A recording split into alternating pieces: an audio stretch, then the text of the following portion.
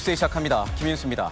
끝이 아니었습니다. 한동훈 대표와 친한계가 대통령실을 향한 압박 수위를 또 한 번 높였습니다. 어제는 대통령실 인적 쇄신을 요구하더니 오늘은 김건희 여사를 김영삼 전 대통령의 차남 현철 씨에 빗댔습니다. 당시 김현철 씨는 국정 개입 의혹 같은 각종 논란에 휩싸이면서 김영삼 대통령이 직접 대국민 사과를 했고 검찰에 철저한 수사를 지시했습니다. 친한계가 김건희 여사에 대한 윤석열 대통령의 강력한 결단을 압박하고 나선 겁니다. 오늘의 첫 소식, 이세진 기자의 단독 보도입니다. 한동훈 대표 측이 김건희 여사에 대한 압박 수위를 한층 더 끌어올렸습니다. 오늘은 김 여사 문제를 언급하며 김영삼 전 대통령의 차남 현철 씨에 빗댄 표현까지 나온 겁니다. 당내 친한계 인사는 채널A와의 통화에서 우리 지지자들 사이에서는 이제 김현철 씨 이야기가 나오기 시작한 상황이라며 전직 대통령들은 가족 문제를 어떻게 했느냐고 되물었습니다. 지지자들의 생각이라는 전제를 달긴 했지만 현직 대통령 아들로 구속수사를 받았던 현철 씨 사례를 언급하며 김 여사에 대한 대통령의 결단 필요성을 재차 압박한 겁니다.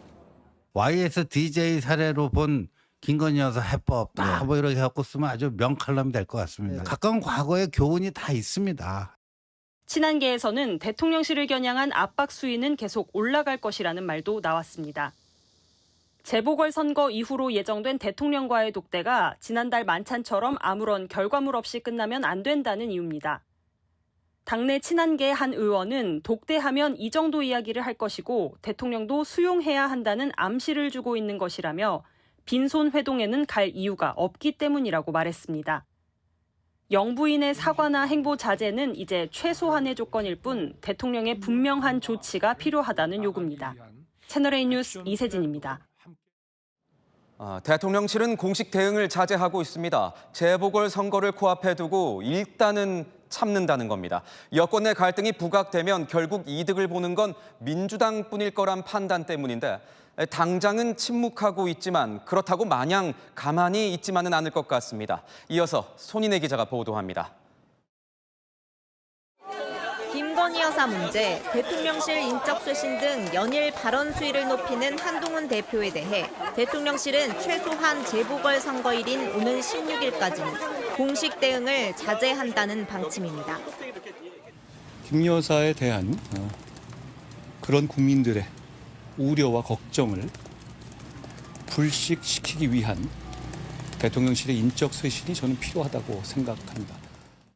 대통령실 고위 관계자는 대응하면 큰 싸움이 되고 큰 싸움이 나면 가장 좋아할 게 누구겠느냐라며 침착해야 할 때라고 분위기를 전했습니다.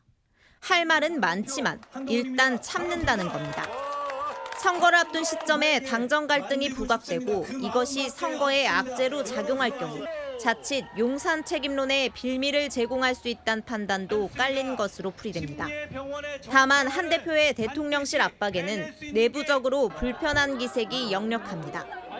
대통령실 내에서는 이 정도면 선거가 잘못됐을 경우 대통령 핑계를 대려고 자꾸만 충돌을 유도하는 것 아니냐는 말까지 나왔습니다. 당내 친윤계에서도 한 대표의 의견 전달 방식을 문제 삼는 목소리가 나왔습니다. 한 친윤계 의원은 한 대표가 대통령에게 따로 할 말을 언론 앞에서 하는 건 맞지 않는다라고 말했습니다. 여당 대표로서 조금 더 정제된 방식으로 의견을 표출해야 하는 것 아니냐는 겁니다. 채널A 뉴스 손인혜입니다. 북한이 무인기 침투를 앞세우며 우리를 향한 위협 수위를 한층 끌어올리고 있습니다. 이번엔 김여정이 직접 나서서 무인기 도발을 한 게 누구든 상관없이 다시 한번 발견되면 끔찍한 참변이 일어날 거라고 했습니다. 일상적 위협이라기엔 표현의 수위가 높은 만큼 일각에선 이 문제를 빌미로 실제 무력 도발을 감행할 가능성도 적지 않다는 분석이 나옵니다. 박수유 기자입니다. 김여정 북한 노동당 부부장이 성명을 발표한 건 어젯밤 11시 25분쯤. 그제 외무성 명의의 중대 성명이 나온 지 하루 만입니다. 김 부부장은 한국 무인기가 평양에 3차례 침투해 선동 삐라를 살포했다고 재차 주장하며 무인기 도발의 주체와 그 행위자가 누구든 전혀 관심이 없다며 우리 수도 상공에서 대한민국의 무인기가 다시 한번 발견되면 끔찍한 참변이 반드시 일어난다고 위협했습니다. 또 사실 여부를 확인해 줄 수 없다는 모호한 우리 군의 태도에 대해 늘 물샐 틈 없는 탐지 및 추적 능력에 대해 요란하게 광고하던 한국 군부 아니었냐며 조롱하는 태도를 보이기도 했습니다. 북한은 주민들이 보는 노동신문 오늘자 일면에도 괴뢰 한국 쓰레기, 찢어 죽이겠다, 더러운 시체 조각마저 남겨두면 안 된다 등 한국에 대한 원색적 비난 기사를 실었습니다. 그동안 북한은 민감한 정보가 담긴 대북전단 유입을 쉬쉬해왔는데 전략을 바꿔 대놓고 공개하며 남한을 적대 세력으로 몰고 있다는 해석이 나옵니다. 외부 정보에 있어서 사회가 좀 흔들리고 있기 때문에 그런 정보에 현혹되는 사람들을 일종의 적대 세력으로, 적대 계층으로 간주를 하고 사회 통제를 다잡겠다라는 얘기라고 봐야 돼요. 통일지우개에 나선 북한이 잇따른 위협적 담화를 통해 적대적 두 국가 관계를 정당화하려는 의도라는 해석도 나옵니다. 채널A 뉴스 박수희입니다. 앞서 북한은 무인기에서 살포된 전단지라면서 일부 모자이크로 가려진 사진을 공개했습니다. 북한이 숨긴 내용을 분석해 보니까 김정은 부녀의 명품 치장을 비판하는 내용이었습니다. 잇따른 북한의 위협에 우리 대통령실과 군도 가만히 있지 않았습니다. 이어서 김민곤 기자입니다. 북한이 평양에 남측 무인기가 뿌린 전단지라고 공개한 사진에 유독 뿌옇게 처리된 부분이 두 곳 있습니다. 왼쪽은 2022년 3월 김정은 국무위원장이 화성 17형 발사 현장에서 1,600만 원대 스위스제 명품 시계를 찬 모습과 같습니다. 오른쪽엔 지난해 4월 수백만 원 상당의 디올 외투를 입고 화성 18형 발사 현장에 나타난 딸 주애가 담겼습니다. 자기 배 불리기에 여념없는 김정은이라는 문구와 함께 부녀의 명품 치장을 비판한 겁니다. 외무성에 이어 김여정 노동당 부부장까지 성명을 낸 이유로 추정됩니다. 유일 영도 체제, 수령 체제이기 때문에 그 수령에 대한 비판은 절대 용납할 수 없다라는 게 북한의 핵심이죠.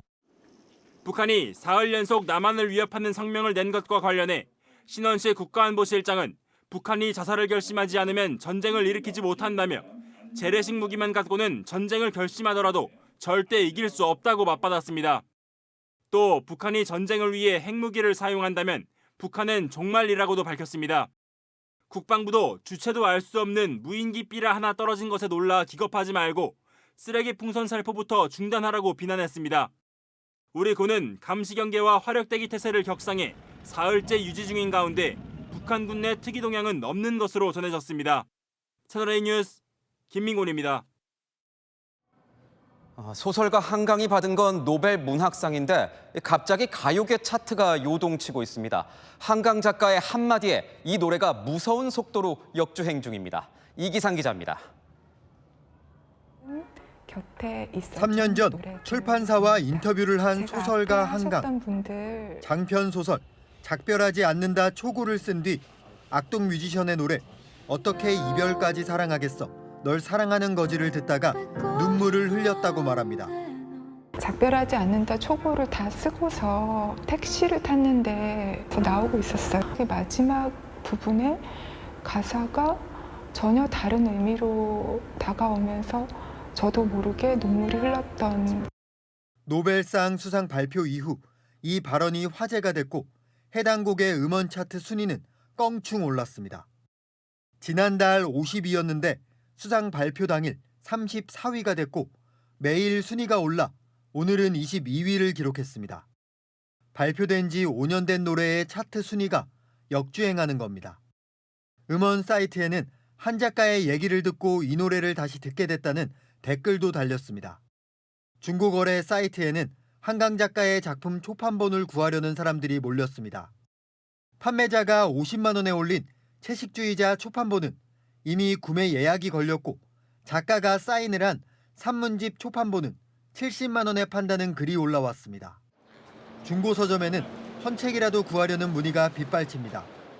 지금 안 좋을 사람 왔다 갔어. 그냥 줘서 있으면 다 살라고 그러는데 없어. 몽고 반점도 쳤더라. 원래 안 찾았어. 2005년 그 이상문학전지. 한강이 냈다니까 찾았어.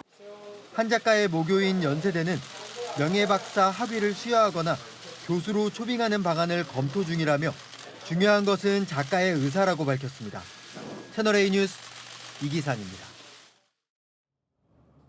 문재인 전 대통령의 딸 다혜 씨가 모는 차에 음주 교통사고를 당한 택시기사가 경찰에 병원에 가겠다는 의사를 밝힌 걸로 취재됐습니다.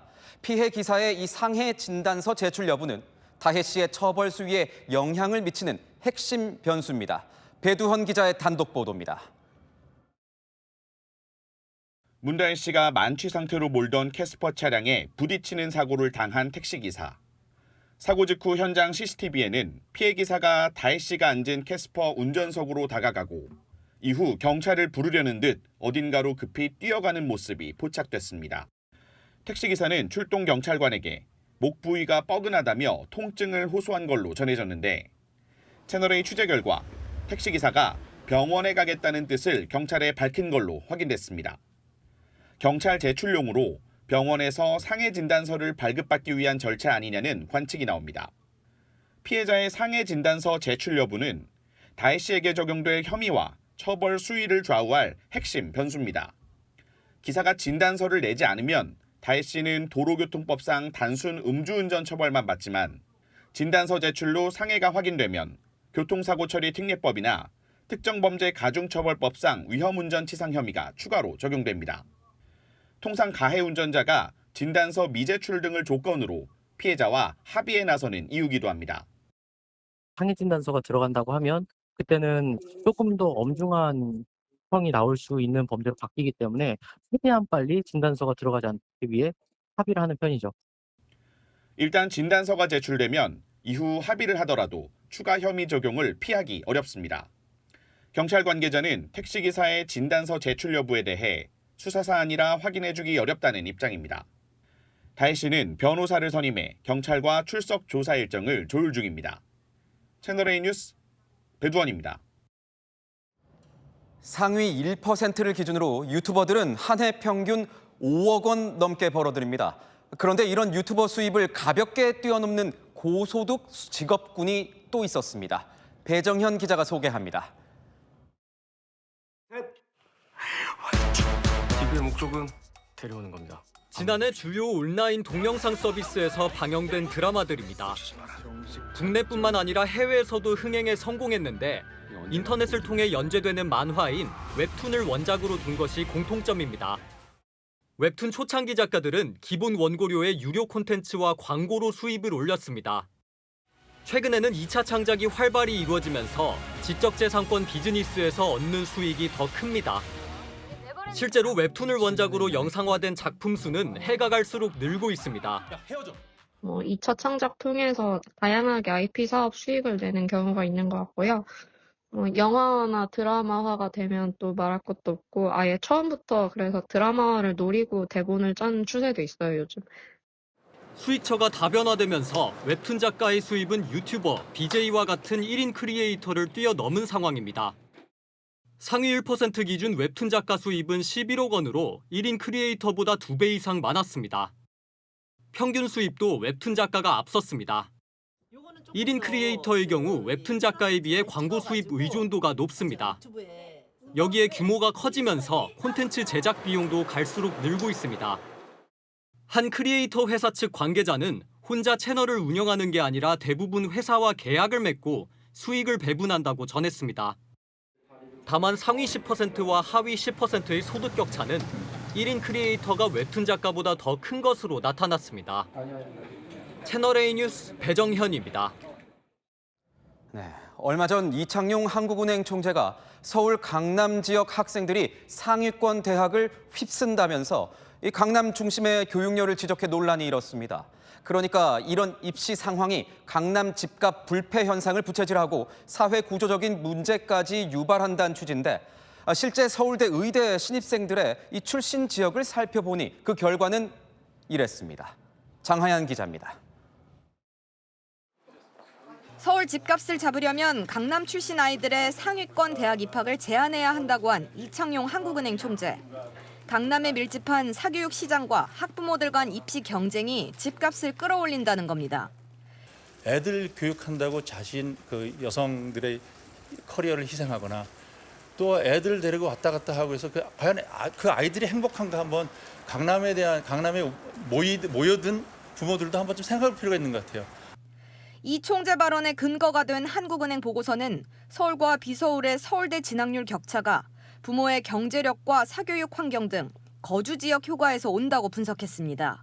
소득 수준이 높은 강남 3구 거주 학생의 경우 상위권대 진학 가능성이 높아진다는 겁니다. 거주 지역 효과는 실제 통계에서도 드러났습니다. 서울대 의대 올해 입학생 4명 중 1명이 강남 3구 출신이었고 전국 39개 의대 평균을 보면 13.29%가 강남 출신이었습니다. 상위권 대학, 그중에서도 의과대학을 가려면 고등학교 3년 내내 최상위권 성적을 유지해야 하는 만큼 사교육비도 더 많이 들어갑니다. 그 학교 내신 사교육도 한 5천에서 최소한 1억 정도대 사이 정도는 유추가 가능하고 뭐 학교의 커리큘럼이라든지 활동 상황으로 놓고 봤을 때 강남권의 3등급이 비강남권의 1등급이랑 같이 매칭될 수 있는 구도이다. 전문가들은 지역별 교육 불균형을 학생 선발 과정에서 강제 조절할 경우 역차별 문제로 이어질 수 있다며 신중한 정책 접근 필요성을 강조했습니다.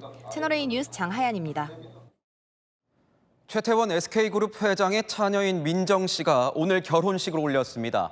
이혼 소송 중이지만 최 회장과 노소영 아트센터 나비관장은 나란히 혼주석에 자리했습니다. 정재계 인사들도 총출동했습니다. 임종민 기자가 취재했습니다. 최태원 SK그룹 회장의 차녀 민정 씨의 결혼식이 열린 서울의 한 호텔입니다. 초대받은 하객 외에는 출입이 제한됐고 가림막까지 쳐졌습니다. 최태원 회장과 노소영 아트센터 나비관장은 예식 시작 2시간 전 각각 식장에 도착했습니다. 지난 5월 제3분할 항소심 판결 이후 첫 대면입니다. 개인적인 일로 국민들께 걱정과 심려를 끼쳐드린 점 사과드립니다. 두 사람은 식장 앞에서 환한 표정으로 하객을 맞으며 감사 인사를 전한 것으로 알려졌습니다. 결혼식 중에도 신부 측 부모석에 앉아 딸의 결혼식을 지켜봤습니다. 오늘 결혼식은 철저한 보안 속에 비공개로 진행됐는데요. 정재계 인사 500여 명이 참석해 축하를 전한 것으로 알려졌습니다. 4대 그룹 총수 중에선 이재용 삼성전자 회장과 구광모 LG그룹 회장이 참석했고 정의선 현대차그룹 회장은 사정상 참석하지 못했습니다. 이재현 CJ그룹 회장과 정기선 HD현대 부회장 등 재계 총수들은 물론 김종인 전 국민의힘 비상대책위원장을 비롯한 정치권 인사들도 참석했습니다. 이날 결혼식은 재벌가의 흔치 않은 국제결혼으로 주목을 받았습니다. 민정 씨의 신랑 케빈 왕 씨는 미국인 해병대 장교입니다. 해군 출신인 민정 씨와 군 복무라는 공통점을 계기로 가까워졌고 결혼까지 이르게 된 것으로 전해졌습니다. 이를 반영하듯 일반적인 결혼식과는 달리 한미 전후를 위한 추모가 예식의 첫 번째 순서로 진행됐습니다. 민정 씨 부부는 미국의 신접살림을 차릴 것으로 전해졌습니다. 채널A 뉴스 임종민입니다. 고속도로를 달리던 차량이 중심을 잃고 옆으로 쓰러졌습니다. 이 과정에서 차량 넉 대를 잇따라 들이받았는데 넘어진 차량의 60대 부부가 꼼짝없이 갇혔습니다. 김대욱 기자입니다. 고속도로 한복판에 SUV가 옆으로 넘어져 있습니다. 남성이 SUV 문을 열고 갇혀있던 여성과 남성을 차례차례 구조합니다. 달리던 SUV는 서행 중이던 앞차들을 피하려다 중심을 잃고 전도됐습니다. 이 사고로 차량 넉 대가 잇따라 추돌하기도 했습니다. 현장에 가장 먼저 도착한 견인차 기사 2명은 SUV에 갇힌 60대 부부를 발견하고 신속히 구조에 나섰습니다. 제가 올라가가지고 문을 강제 개방해서 열어서 순서대로 다 끌어올렸어요. 우선 생명이 먼저라고 생각을 해서 그렇게 했던 것 같아요. 병원으로 이송된 60대 부부는 크게 다치지 않은 것으로 전해졌습니다. 택시 뒷범퍼가 부서졌고 전조등도 깨졌습니다. 오늘 새벽 0시 10분쯤 대전 유성구 도로에서 승용차가 정차 중이던 택시를 들이받았습니다. 이 사고로 50대 택시 운전자와 20대 승객이 다쳤습니다. 사고를 낸 30대 승용차 운전자의 혈중 알코올 농도는 면허 취소 수준이었습니다. 많이 드셨더라고요. 주치 상태에 있어서 저희가 바로 조사 못하고요. 비슷한 시각 전북 전주의 교차로에선 오토바이를 몰던 10대가 음주운전 차량에 치여 숨졌습니다. 60대 승용차 운전자는 사고를 내고 달아났다 20분 만에 경찰에 붙잡혔습니다. 어젯밤 경기 수원 유흥가에 있는 6층 건물 1층 호프집에서 불이 났습니다. 인명피해는 없었지만 80여 명이 긴급 대피했습니다.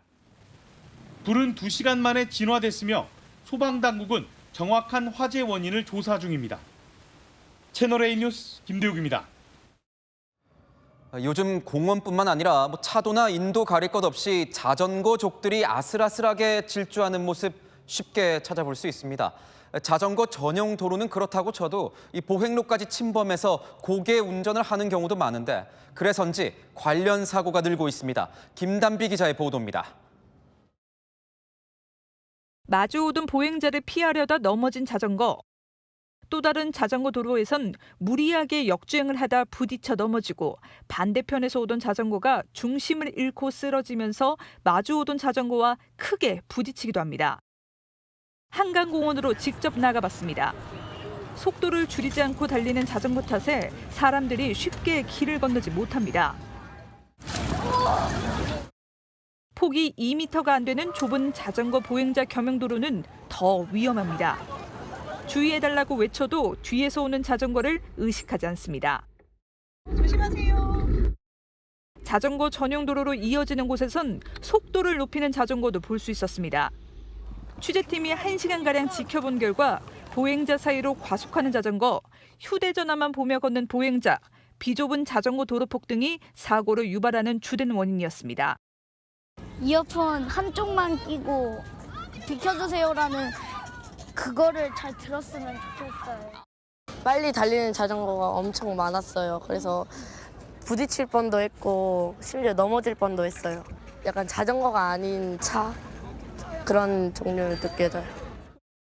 최근 2년간 발생한 자전거 사고를 분석한 결과 자전거와 차가 부딪히는 사고는 줄었고 사람과 부딪히는 사고는 소폭 증가한 것으로 나타났습니다. 공유 자전거 수는 크게 늘어난 반면 도로 환경이나 시민의식은 쫓아오지 못한 탓으로 분석됩니다. 서울시는 자전거 음주 라이딩이나 과속 등에 대한 단속을 이어갈 방침입니다. 채널A 뉴스 김단비입니다. 연세대학교 수시 모집 논술 시험 문제가 유출됐다는 논란이 불거졌습니다. 일부 고사장에서 시험지가 미리 배부돼 이 온라인에 그 촬영본이 올라갔다는 건데 연세대 측은 사실관계를 확인 중입니다. 이세하 기자입니다. 사전 유출 의혹이 제기된 건 어제 진행된 연세대 수시 모집 자연계열 논술 문제입니다. 고사장 한 곳에서 시험 시작 약 1시간 전 시험지를 미리 나눠준 게 발단이 됐습니다. 시험지는 25분 뒤 감독관이 회수했지만 그 사이 온라인 커뮤니티에는 논술 1번 문제가 올라왔다며 유형 등을 언급한 댓글들도 잇따라 올라왔습니다. 일부 수험생들은 재시험을 요구하고 있고 교육부에도 재시험 민원을 제기했습니다. 몇 개월 동안 계속 학원 다니고 수능 준비할 시간 쪼개가면서 논술 준비하고 유출되고 문제가 잘못 나왔다고 하니까 많이 혼란스럽고 좀 당황스러워요. 이날 연세대 자연계열 논술에선 B라고 적어야 할 부분을 A로 잘못 적은 문제가 발견돼 시험 종료 30분 전 정정 공지하고 시험 시간을 20분 연장하는 일도 벌어졌습니다. 연세대 관계자는 시험지 사전 배부 사실은 인정하면서도 수험생들이 휴대전화를 꺼둬 문제를 찍어 올리기는 어렵다고 해명했습니다. 연세대 측은 사실관계를 파악해 다음 주 안에 입장을 밝힐 예정입니다. 채널A 뉴스 이세아입니다. 이제 23일 남은 미국 대선은 후보들의 건강 문제가 다시 핵심 쟁점으로 떠오르는 모양새입니다. 다만 이전과 달리 공격과 수비가 바뀌면서 이번엔 공화당 후보인 트럼프 전 대통령이 타깃입니다. 민주당 후보인 해리스 부통령이 나이가 20살 가까이 많은 트럼프 전 대통령 보란 듯 이 검진 결과를 공개했습니다. 배준석 기자입니다. 현지 시간 어제 미 백악관이 공개한 것은 카멀라 해리스 민주당 대선 후보의 건강검진 결과가 정리된 두 쪽짜리 서한입니다. 부통령 주치의 명의로 작성된 이 문서에서 해리스는 암이나 당뇨, 고혈압, 고지혈증 같은 중병을 앓은 적이 없다고 적혀 있습니다. 3살 때 받은 맹장 수술이나 알레르기를 앓은 내용까지 상세히 공개돼 있습니다. 대통령직을 수행할 만큼 신체와 정신 모두 건강하다는 것이 결론인데 자신보다 18년 위인 도널드 트럼프 공화당 대선 후보를 겨냥했다는 해석이 나옵니다. We know that he does not have the ability to do the job. He is unfit for office. 해리스와 달리 트럼프는 지난해 11월 검진 결과를 공개했는데 매우 건강하고 인지력 검사가 매우 우수하다는 내용만 발표했습니다. 올해 7월 야외 연설 도중 피습을 당한 이후에도 오른쪽 귀 상태만 공개하는 등 이번 대선 과정에서 해리스와 달리 구체적인 건강 상태 대신 제한된 정보만 공개하고 있는 것으로 나타났습니다. 현지 언론들은 조 바이든 미국 대통령이 후보이던 시절 트럼프가 고령 리스크로 공세를 폈다면 해리스와 경쟁을 해야 하는 지금은 그 공세가 부메랑이 돼 트럼프를 압박하고 있다고 보도하고 있습니다. 채널A 뉴스 배준석입니다. 미국에 있는 저희 특파원들이 격전지를 직접 찾아가 현지 표심을 취재하고 있습니다. 오늘은 민주당 텃밭이지만 예상외로 트럼프 전 대통령이 선전하고 있는 곳 네바다로 갑니다. 더 스팟 50 조아라 특파원입니다.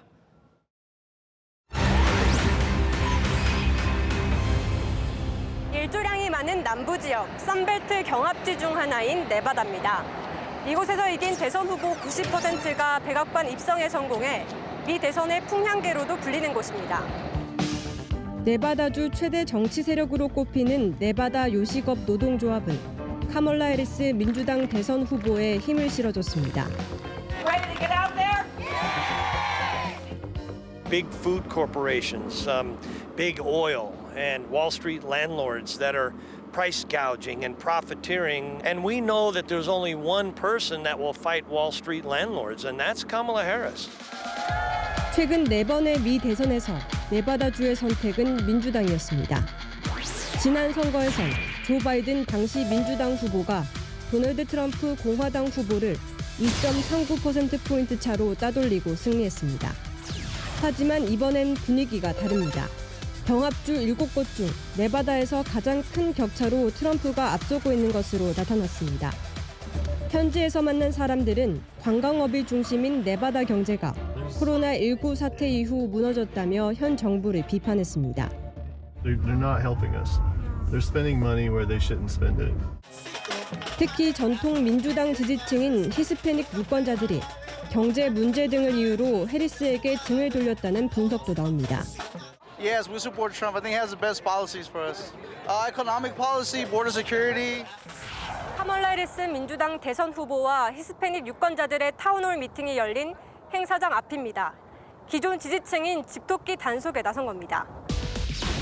Priorities, and I've worked on this in terms of Dreamers for many, many years, and I'll continue to fight for them. 이에 질세라 트럼프도 현장을 찾았습니다.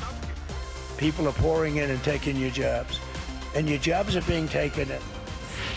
네바다 인구 30%에 달하는 히스패닉이 선거 승패를 가릴 핵심 변수로 떠오르면서 이들의 표심을 잡기 위한 양측의 신경전이 막판까지 이어질 전망입니다.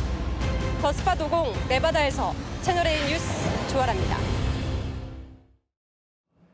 러시아 체첸공화국의 한 주유소에서 대형 폭발 사고가 났습니다. 어린이까지 모두 4명이 사망했습니다.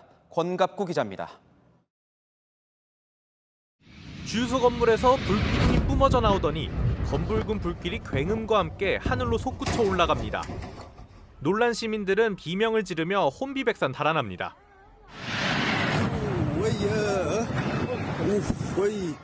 현지 시각 어제 러시아 연방 소속 체첸공화국 수도 그로즈니의 주유소에서 대형 폭발이 일어났습니다. 폭발 직후 경찰과 소방이 출동해 진화 작업을 마쳤지만 사고 여파로 어린이 2명 포함 시민 4명이 목숨을 잃고 5명이 부상을 당했습니다. 현지 매체는 사망자 가운데는 폭발 장면을 영상으로 촬영하다가 주유소에서 날아온 기름 탱크에 부딪혀 숨진 사람도 있다고 알렸습니다. 현지 수사당국은 기름 탱크 폭발이 사고 원인으로 보인다고 밝혔습니다. 람잔 카디로프 체첸공화국 수반은 SNS에 자신이 직접 사고 수습을 지휘했다고 전했습니다. 현지 당국은 수사를 통해 이번 폭발 사고에 범죄 혐의점이 있는지 살펴볼 방침입니다. 채널A 뉴스 권곽구입니다. 전 세계에서 가장 메마른 땅 사하라 사막이 물바다가 됐습니다. 난데없이 폭우가 쏟아진 건데 반세기 만에 처음 있는 일입니다. 이상원 기자입니다.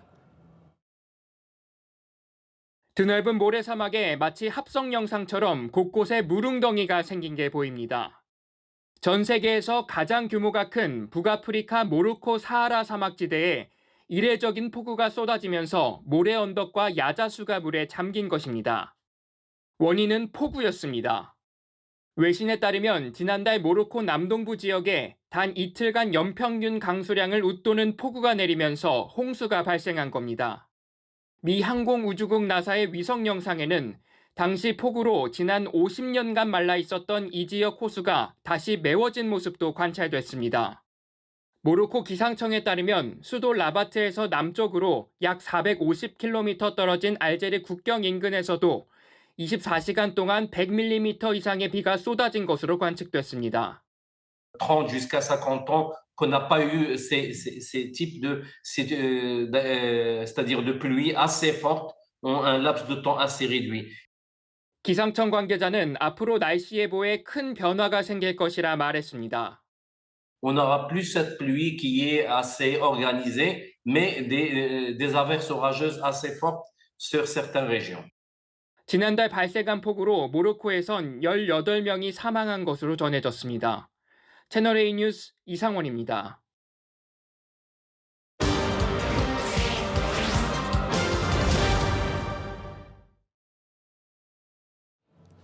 최근 테슬라가 운전대조차 없는 무인 택시를 공개해서 화제가 됐습니다. 자율주행 기술이 많이 발전하긴 했지만 혹시나 돌발 상황에선 어떨까요?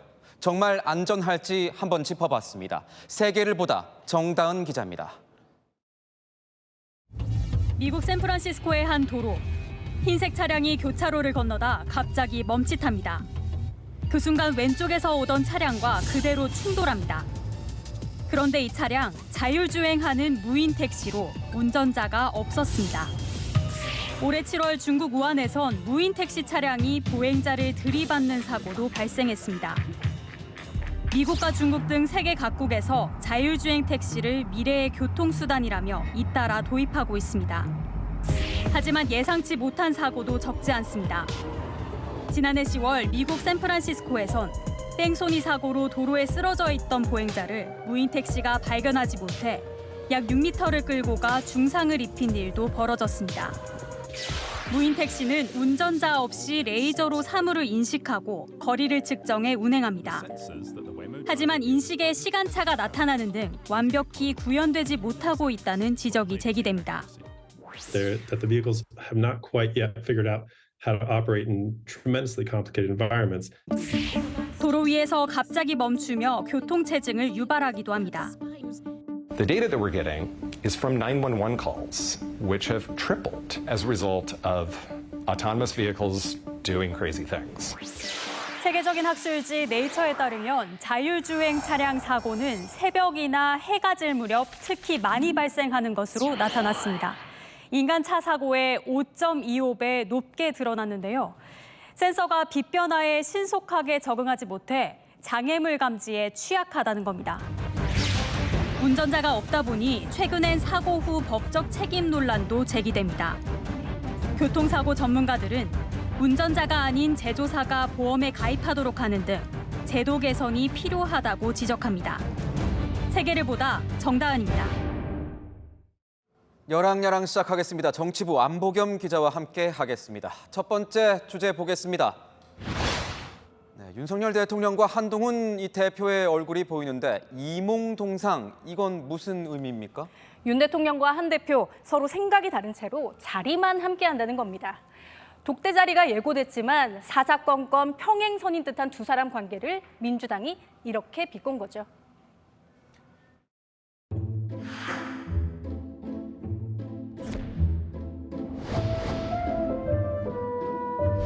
겸상은커녕 옆 테이블에 앉는 것도 불가한 엽상불가였는데 이몽동상의 자리에 앉으실 것으로 봅니다. 두 가지 다른 생각을 가지고 한 테이블에 앉으실 텐데. 네, 들어보니까 이 표현이 재밌습니다. 겸상불가의 엽상불가. 그리고 이제는 이몽동상까지. 그런데 여기서 이 이몽 어떤 생각이 다르다는 겁니까? 바로 김건희 여사입니다. 두 사람이 독대를 하더라도 김 여사 문제를 적당히 덮고 싶은 대통령과 적절히 정리하고 싶은 한 대표의 생각이 다르니 문제가 해결될 턱이 없다는 민주당의 주장인 겁니다. 민주당 입장에서는 김 여사 리스크는 부각하고 대통령의 대응도 지적하고 한동훈 대표의 정치적 문제 해결 능력에도 의구심을 갖게 하는 일종의 일타삼피인 셈이죠. 일타삼피라. 다음 주제 보겠습니다. 문재인 전 대통령의 얼굴이 보입니다. 문 전 대통령이 침묵하고 있다는 뜻입니까? 네, 딸 다혜 씨의 음주운전 소식이 보도된 지 8일이 지났습니다. 하지만 아버지 문 전 대통령이 여전히 침묵입니다. 기억해보면 퇴임 이후 줄곧 개인 SNS를 활용해 자신의 생각과 소식을 왕성하게 전했죠. 지난달만 해도 게시물 7개를 올렸는데요. 딸 사건이 불거진 뒤로는 단 한 개의 글도 올리지 않고 있습니다. 그 사건이 있은 이후로는 하나도 올리지 않았군요. 문 전 대통령 왜 직접 입장을 밝히지 않고 있는 겁니까? 저희가 친문계 의원들을 통해서 좀 취재를 해봤는데요. 문 전 대통령 현재 이 상황을 굉장히 무겁고 엄중하게 바라본다고 합니다. 딸 다혜 씨에게 화도 굉장히 많이 났다고 하더라고요. 다만 당장 입장을 밝힐 계획은 없다고 합니다. 사실 문 전 대통령 입장이 궁금한 이유, 바로 이 발언 때문일 겁니다. 음주운전 사고는 실수가 아니라 살인 행위가 되기도 하고 이제는 음주운전을 실수로 인식하는 문화를 끝내야 할 때입니다. 내 가족의 더 엄격한 정치의 모습 보는 게 참 어려운 시대란 생각도 듭니다. 마지막 주제 보겠습니다.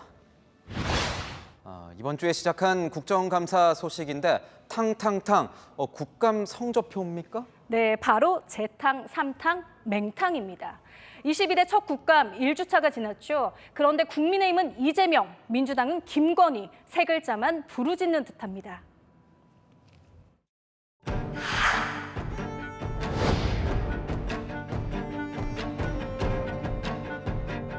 이번 국정감사는 김건희 국감이에요. 김 여사 관련 의혹으로 모든 국감 이슈가 블랙홀처럼. 김건희가 제발 김건희가 안 왔으면 좋겠다. 이재명 대표에 대한 공직선거법 위반 사건은 처리가 지연되고 이재명 대표와 민주당의 비리를 수사한 검사에 대해서 일단 탄핵을 발의해가지고 책임 있는 공당의 대표로서 사과하기는커녕 여야가 처음에는 민생 국감을 외쳤던 것 같은데 그런 모습은 보이지 않는 것 같습니다. 네, 맞습니다. 상임위마다 김건희 여사와 이재명 대표 관련 사안이 블랙홀처럼 민생 이슈를 빨아들이고 있는데요. 여야가 피감기관만 바꿔가며 같은 의혹으로 정쟁만 키운다는 지적이 나옵니다. 내일부터는 국감이 2주차를 맞이하지 않습니까? 좀 새로운 모습을 기대할 수 있을까요? 쉽지 않아 보입니다. 내일은 고위공직자 범죄수사처, 금요일엔 서울중앙지검 등 수사기관들 국정감사가 줄줄이 예정돼 있습니다. 또다시 김 여사, 이 대표 관련 공방이 예상되는 거죠. 민생이란 단어 뜻이 일반 국민의 생활과 생계라는 뜻이잖아요. 국회의원들에게만 다른 뜻을 가졌을 리도 없습니다. 여야 할 것 없이 모두 자신들의 모습을 좀 돌아볼 일인 것 같습니다. 네, 지금까지 여랑야랑이었습니다. 삼성 라이온즈가 홈런 3방을 몰아치면서 LG 트윈스를 꺾고 플레이오프 1승을 먼저 챙겼습니다. LG는 내일 2차전에서 반격을 노립니다. 김호영 기자입니다. 1회 희생플라이로 기분 좋게 시작한 삼성. 이내 방망이가 불붙기 시작합니다. 캡틴 구자욱이 LG 선발 최원태의 슬라이더를 그대로 퍼올렸고 공은 우측 담장을 넘어갔습니다. LG도 오지환의 솔로 홈런포로 맞불을 놓습니다. 하지만 정규 시즌 홈런일이 삼성의 대포는 무시무시했습니다. 4회 말 김영웅이 솔로 홈런을 치며 LG의 추격 의지를 꺾더니 오른쪽 넘어갑니다. 영웅이란 이름을 가을에도 각인시키고 있는 김영웅. 5회에는 디아즈가 LG 불펜 김진성의 포크볼을 걷어올리며 쐐기 홈런을 기록했습니다. 15일 만의 실전 경기로 타격감이 떨어졌을 것이란 우려도 있었지만 비웃듯 절정의 화력을 뽐냈습니다. 7회 LG가 삼성 디아즈의 치명적 실수를 틈타 2점을 쫓아갔지만 소방수로 투입된 김윤수가 오스틴을 3구 3진으로 돌려세우며 LG의 찬물을 끼얹었습니다. 이후 LG는 연이은 폭투로 2점 더 헌납하며 10대 4로 삼성에 무릎 꿇어야 했습니다. 플레이오프 1차전 승리팀의 한국 시리즈 진출 확률은 무려 75%에 달합니다.